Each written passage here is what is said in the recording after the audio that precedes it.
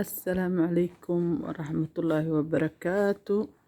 Maanta waxaan joognaa isbitaalka.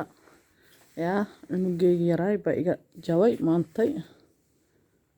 Kana lugta watanahaa.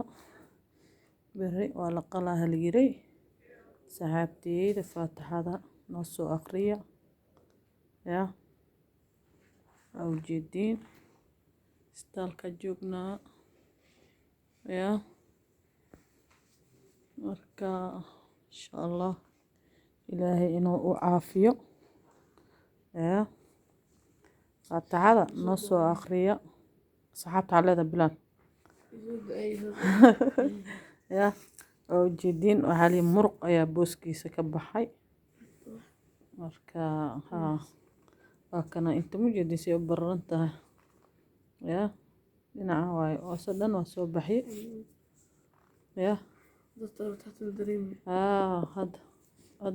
Hada adkaayada geedkii ku xiran waaya. Kuleel ka baxay wala. Daaweynay ku buufiyeen.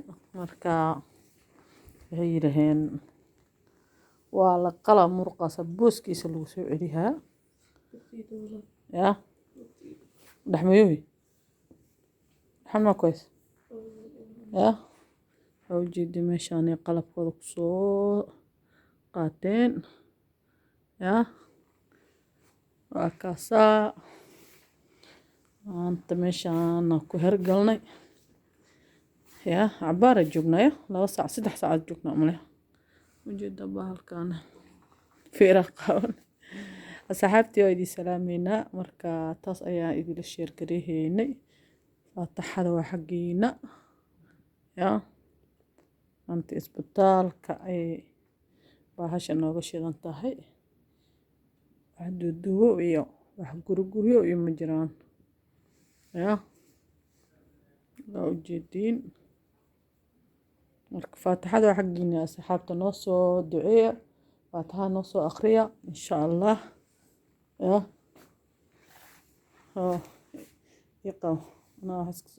Bahasha soo marsana. Bacteria waa mugtahay. Ina gacanaha iska dhaqdo waaye.